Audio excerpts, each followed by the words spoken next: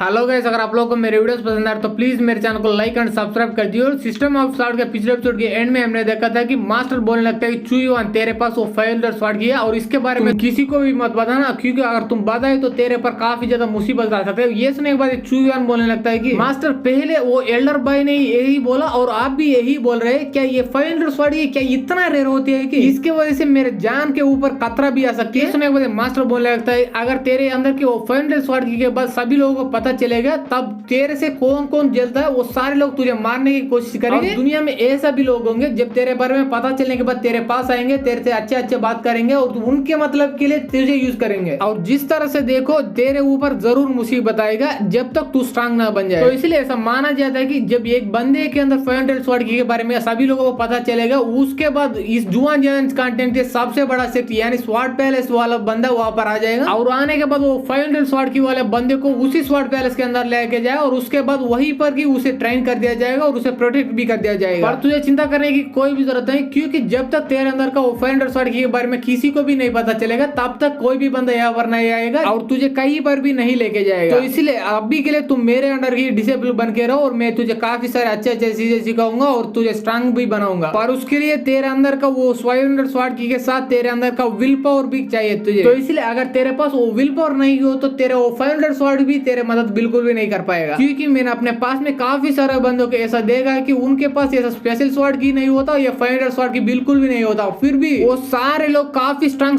Cultivator बन गए आगे जाकर उसी विल पावर की वजह से। और वो विल पावर का मतलब वो मोटिवेशन वाला विल पावर नहीं बल्कि स्वॉर्ड का विल पावर है। ये सुने हुए चुयुआन बोल रहे ओह स्वॉर्ड का विल पावर, मैं तब से मोटिवेशन वाला विल पावर समझ रहा हूँ, पर वो स्वॉर्ड का विल पावर क्या है मास्टर? ये सुने हुए मास्टर बोलने लगता है वो स्वॉर्ड विल पावर के बारे में शब्दों में बोलने के लिए काफी ज्यादा मुश्किल है, क्योंकि वो इतना कमाल है कि मैं शब्दों में उसे डिस्क्राइब भी नहीं कर सकता। पर अगर मैं उसके बारे में डिटेल में नहीं बल्कि अप्रॉक्सीमेटली बताऊं तो तुम अपने तलवार को कितना अच्छा समझ पाओ उतना ही तेरे अंदर का विल पावर काफी आई होगा। और ऐसे ही समझता समझता एक ना एक दिन आएगा जब उस तलवार के साथ तुम एक हो सकते हो, और जब वो दिन आएगा जब उस तलवार के साथ तुम एक हो जाओगे तब उसके बाद तेरे अंदर का एनर्जी 10 गुना बढ़ जाएगी और उसके बाद तुम अपने से ज्यादा लेवल वाले बंदों की भी आसानी से हरा सकते हो उसी तलवार के मदद से। और उतना ही नहीं, अगर तुम लकी हो तो तू उस तलवार के साथ एक होने के बाद उस तलवार के अंदर भी एक स्पिरिट आ जाएगा और उसी को स्वॉर्ड स्पिरिट भी कहा जाता है। और उसी स्वॉर्ड स्पिरिट को बनाना ही काफी सारे स्वॉर्ड कल्टिवेटर का सपना होता है, क्योंकि अगर तेरे पास एक बार वो स्वॉर्ड स्पिरिट आएगा तुम लिटरली पूरी दुनिया को हिला भी सकते हो। और ये सारे बात सुने हुआ चुयुआन पूरी तरह से चौंक जाता और सोचने लगता अरे बाप रे मेरा ब्लड सोकिंग स्वॉर्ड के अंदर भी एक स्वॉर्ड स्पिरिट है। क्या इसका मतलब ये है कि मेरे अपने ब्लड सोकिंग स्वॉर्ड को इतना अच्छे से समझ लिया इसके वजह से वो ब्लड सोकिंग स्वॉर्ड के अंदर एक स्वॉर्ड स्पिरिट ही बन गया? एक सेकंड मैंने अपने आप को कुछ ज्यादा अंडरएस्टिमेट कर रहा हूँ आजकल, क्योंकि मेरे अंदर का वो 500 स्वॉर्ड किया गया है, क्योंकि सिस्टम ने मुझे पहले ही बताया था कि ये मेरे तलवार होने से पहले किसी और बंदे का तलवार है कुछ हजार साल पहले। और मुझे ऐसा लग रहा है उसी बंदे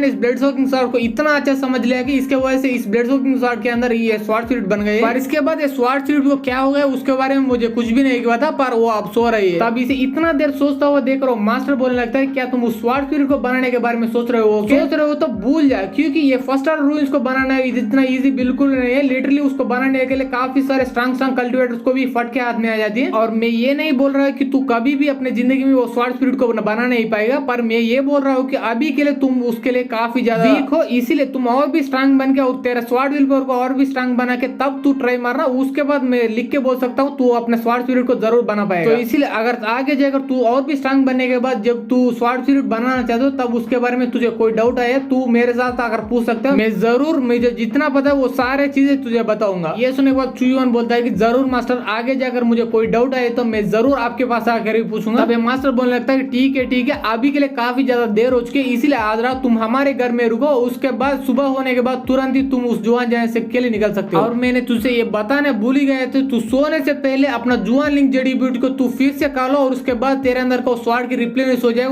उसके बाद रूइंस को प्रैक्टिस करो। और ऐसा सोने से पहले प्रैक्टिस करने की वजह से तेरा रूइंस का मास्टरी और भी ज्यादा इंप्रूव हो जाएगा तेजी से। और वो जुआन लिंक जड़ी बूटी खाने की वजह से तेरे अंदर का स्वॉर्ड की कंटिन्यूसली रिप्लेनिश होता ही रहेगा, इसकी वजह से तू रूइंस को आसानी से प्रैक्टिस कर पाएगा। और ये टेक्निक मैं नहीं बल्कि मेरे मास्टर ने मुझे सिखाया, इसीलिए मैं अब मेरे डिसेबल को सिखा रहा हूं। और ऐसे ही रात का समय हो चुका होता तब हम देखते चुयुआन उसी घर पर रहकर वहां पर जैसे कि उसके मास्टर ने कहा था चुयुआन अपने सोने से पहले अपने रूइंस को प्रैक्टिस किया जा रहा होता है। और ऐसे ही प्रैक्टिस करता करता अपने मन में सोचने लगता है कि मैं अब ऑलमोस्ट तीसरे पार्ट के रूइंस को पूरी तरह से मास्टर कर चुका हूं, इसीलिए मेरे चारों तरफ ये ऐसा तीसरे ऑर्डर को रूइंस को मैं इनविजिबल करके ऐसा छुपा दिया हूँ। इसके वजह से जब एक बंदा मुझ पर अटैक करने के लिए मेरे तरफ आगे बढ़ेगा, उसके बाद वो सारे रूइंस अपने आप ही ऑटोमेटिकली एक्टिवेट हो जाएगा। इसके बाद वो सारे मिलके पूरी तरह से उस बंदे की बैंड बजा सकते हैं। पर यहाँ पर एक दिक्कत की बात यह है कि जो बंदा मुझे अटैक करने के लिए मेरे तरफ बढ़ रहा है वो बंदा मेरे से लो लेवल की होनी चाहिए, वरना ये सारे रूइंस भी मिलकर उसे कुछ भी नहीं कर पाएंगे। पर ये इतना भी दिक्कत की बात नहीं है, क्योंकि वो बंदे को वो सारे मिलकर कुछ भी नहीं कर पाएंगे, फिर भी वो सारे मिलकर मुझे टाइम तो बाई करेंगे और उसी समय को यूज करके मैं वहां से भाग जाऊंगा। पर इसके बारे में मुझे एक सेकंड के लिए साइड में रखना चाहिए, क्योंकि सोने से पहले रूइंस को मास्टर करने वाली टेक्निक काफी अच्छी तरह से काम आ रही है। क्योंकि मैं जब पहले फर्स्ट ऑर्डर को रूइंस को सीख रहा हूँ तब ये मैं इतना आसानी से सीख नहीं पा रहा था, पर अब तो काफी अच्छे से सीख रहा हूँ। पर यहाँ पर भी एक दिक्कत की बात यह है कि मैं सारे रूइंस को सीखने के लिए मेरे अंदर का स्वाड की जल्दी जल्दी खत्म हो रही है और इसे रिप्लेनिश करने के लिए मैं काफी सारे जुआन लिंक जड़ी बूटी को खा रहा हूँ और इसके वजह से मेरे पास अब कुछ ज्यादा जुआन लिंक जड़ी बूटी नहीं बचे हैं। पर इसके बारे में मुझे कुछ ज्यादा चिंता करने की कोई भी जरूरत नहीं, क्योंकि मेरे पास एक मास्टर है जो कि जुआन जैसे के लीडर से काफी सारे जुआन लिंक जड़ी बूटी को लेके आ सकता है मेरे लिए। तो इसीलिए सारे जुआन लिंक जड़ी बूटी खत्म हो जाए, उसके बाद मैं सीधा मास्टर के पास जाऊंगा, फिर से जुआन लिंक जड़ी बूटी सुराने के लिए पूछूंगा। और ये अंदर बैठकर ये सब सोच ही रहा था, तभी हम बाहर की तरफ देखते हैं। बाहर की तरफ ये सफेद चांद आ चुके होते हैं और वो सफेद चांद को एंजॉय करने के लिए नहीं बल्कि चू युआन का हालत खराब करने के लिए वो फेंगली के बंदे वहां पर आ चुके होते हैं। तभी वो उन बंदों में से एक बंदा पूछ रहा होता है, क्या तुम सच में देखा चू युआन यही पर आ गया है क्या? और ये बात सुनने के बाद उन्हीं बंदों में से एक और बंदा बोलने लगता है, तुझे चिंता करने की कोई भी जरूरत नहीं, क्योंकि मैंने अपने खुद की आंखों से देखा वो चू युआन यही पर आया और इसके बाद इससे बाहर बिल्कुल भी नहीं आया। तब ये सुनने वो मिडिल वाला बंदा बोलने लगता है, तो ऐसी बात है चू युआन जरूर उसी रूम के अंदर होगा, क्योंकि उस रूम के अंदर लाइट जल भी नहीं रहे, क्योंकि वो अब तक सो गए हो, इसीलिए यही हमारे सही समय है। ये बोल के वो तीनों लोग काफी तेज से छत पर उछलते उछलते सीधा जाकर उस चू युआन के रूम के बाहर पहुंचे थे। और इसके बाद वो मिडिल वाला बंदा धीरे से बोल रहा होता, वो चू युआन ने ऑलरेडी उस जैंग युआन को हरा दिया और उसके बाद वो पी युआन को 3 स्ट्राइक को सेव पाए। इसके वजह से मैं अंदाजा लगा सकता हूँ अगर हम तीनों एक एक करके उसके साथ फाइट करेंगे तो हम बिल्कुल भी जीत नहीं पाएंगे, इसलिए हम तीनों मिलकर उसको तीनों डायरेक्शन में आकर पकड़ लेंगे। उसके बाद मैं इस अफडीज़ बाटिल को